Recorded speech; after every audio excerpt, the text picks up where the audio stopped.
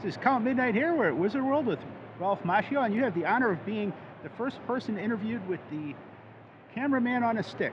Cameraman on a stick. I could go so many different places with that. Well, comment. we could. But it seems to work, and I like being able to look at my shot. Yeah, so I can put myself in frame. Okay, good.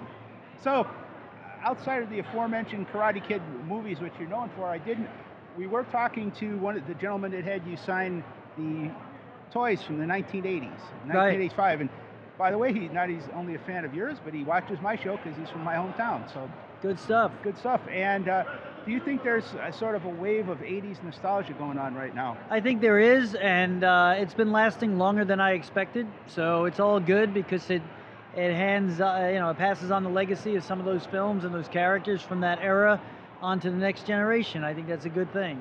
Great. And have you been coming to a lot of the Wizard Worlds? I have. I did this Wizard World in Chicago 3 years ago. That was the first one I did, the Comic-Cons, and they've become such a big business and successes, and the amount of people that come through the doors and the amount of fans that we have an opportunity to make happy. It's really, in this world that is often so twisted and negative, it's nice to do something that makes people happy, and that's what this is about. It's a fan experience, and then I get a lot out of it too. I get kids here and kids of all ages, let's put it that way. Yeah, people are just streaming through here, so that's great. Yeah, it's good stuff. And so a question about one of your movies, Crossroads. Mm-hmm. So how'd you learn to play guitar so good that you could play better than Steve Vai? Yeah, I wish I could play better than Steve Vai. That's a little movie magic there. Yeah. That was, I had a great guitar coach, and I had a few guitar coaches, some for classical, some for acoustic and electric and slide.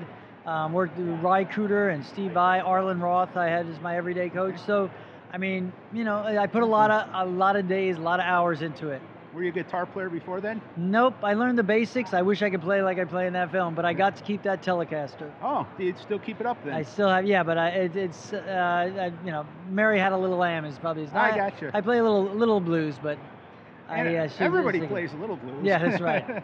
And let me ask you about this. You also have been on Psych. Yes. And how did you like being on Psych, and how many episodes were you on? I did 2 episodes of Psych. I did the Police Academy episode that poked fun at the Karate Kid films and The Outsiders a little bit. And then I did the remake, Cloudy with a Chance of Improvement, in which I was able to play a lawyer, and we had some good jabs at My Cousin Vinny.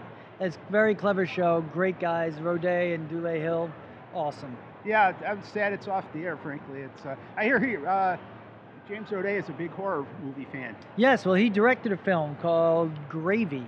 That's a bit, you should see it. I mean, it is great. It's a horror comedy. Oh, it's a cannibal comedy. It is gravy. Yeah, it's gravy. You should check it out. And Roday, if you ever see this, I want commission on that pitch I just gave. All right. There you go. All right, man. I got to roll. Okay. Anything else you'd like to see on camera? Website or anything? No. Good. Just hey to all the fans out there, and I'll see you at one of these Comic-Cons, or check out my IMDb page as to what my next movie or television show is. Good to see you. Which is The Deuce, right? You're right. The Deuce on HBO. Hi, this is Ralph Macchio, and you're watching Count Midnight at Midnight.